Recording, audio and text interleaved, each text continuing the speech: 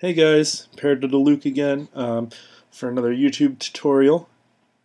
So today we're going to be working with this photo again. I am going to show you how I get my color balance and the washy feel that is on this image.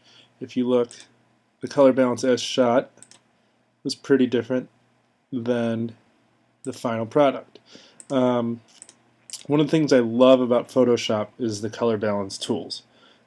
This one tool with one layer, you can get a completely different feel that I love. But you really have to just play with it.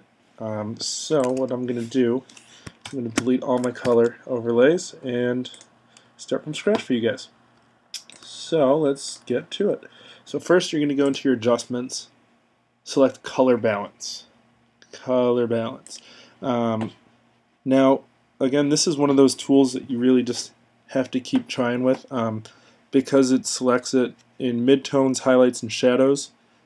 You can mess with it a lot and cancel out depending the tones of the image.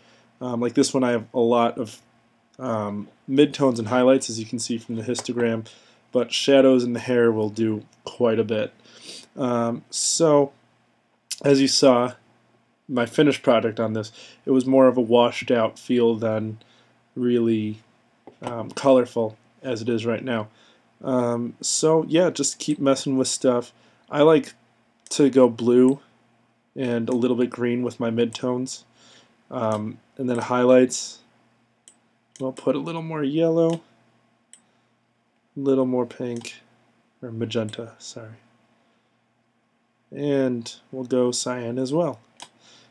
And then shadows, so you can go back to red, or I like to go blue with shadows as well. Especially on this image, I just really like the cool tones of it. So yeah, there's that. And that's, you can see a little bit, the water's a little too blue for my taste. For now, you can leave that because this is what we're going to do next. This, essentially what we're about to do is make a few layers of just colors, and we're going to make the opacity really, like 4% maximum. So essentially what we're going to be doing is we're going to be washing out the image, giving it more of a traditional film type look. It's not going to have quite as deep blacks, but depending the image, that can be really nice. Especially for this image personally, I love this when it's washed out. So we're going to make a new group. You can call it whatever, color overlay, whatever you'll remember it as. We're going to go layer, new layer, or you can do Command Shift N, whatever. And then take your color dropper, and we're just going to pick a tone. I'm going to pick a hair tone, but more of a grayish, like a darker gray. Like that's pretty good.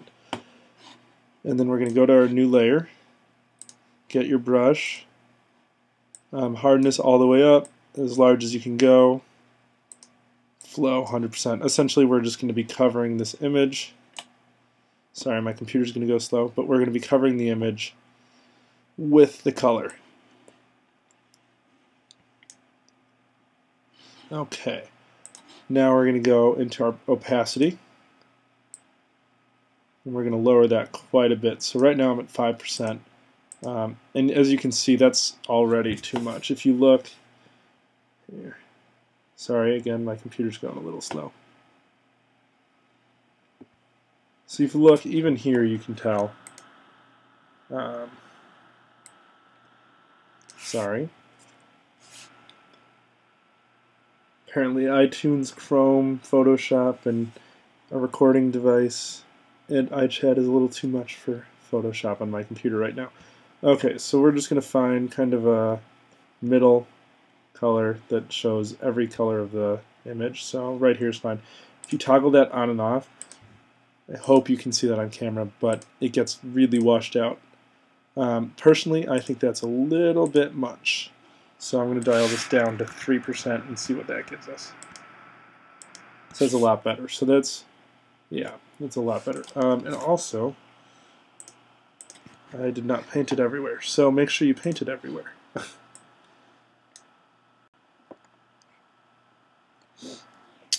Okay, so now what we're going to do, I'm actually going to move my noise and color balance layers down. So now we're going to choose another. For this one I'm going to do a really light pale blue. I'm going to make another layer. Layer 3 is fine, you can title it whatever you want.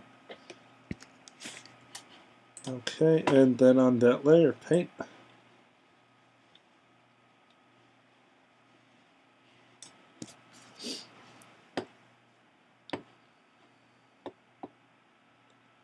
Looks like a pretty shameless plug there with my name in the screen, but whatever. So dial that down again. We're at 4% now.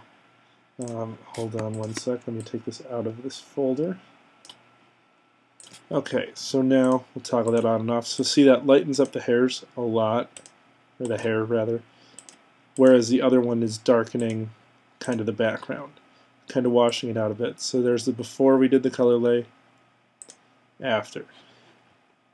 And you can mess with this on any photos. Again, the nice thing about these is that it will not damage any pixels.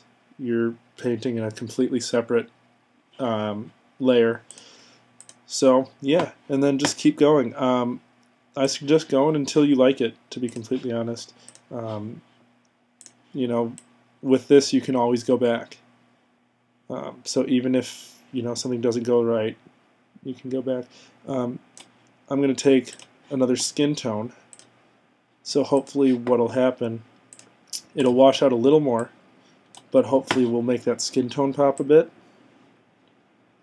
Just take a general area, you can take a highlight, you can take a shadow, it really shouldn't matter that much, just keep playing around with it. That's kind of the key to all of these things, is just to play around with it and see how it goes for you. So again, opacity 4%. And as you can see, it made the skin pop just a little bit. It washed it out a little too much, so I'm going to go down to 3 or 2. I hope you guys can see this. If not, just kind of take my word for it. So yeah, hope that helps. Rate, comment, subscribe. Check out my Flickr. Check out my blog. Friend me on Facebook if you want. So yeah, if you got any questions, send me a message over YouTube, to my email, or to my blog. See you guys.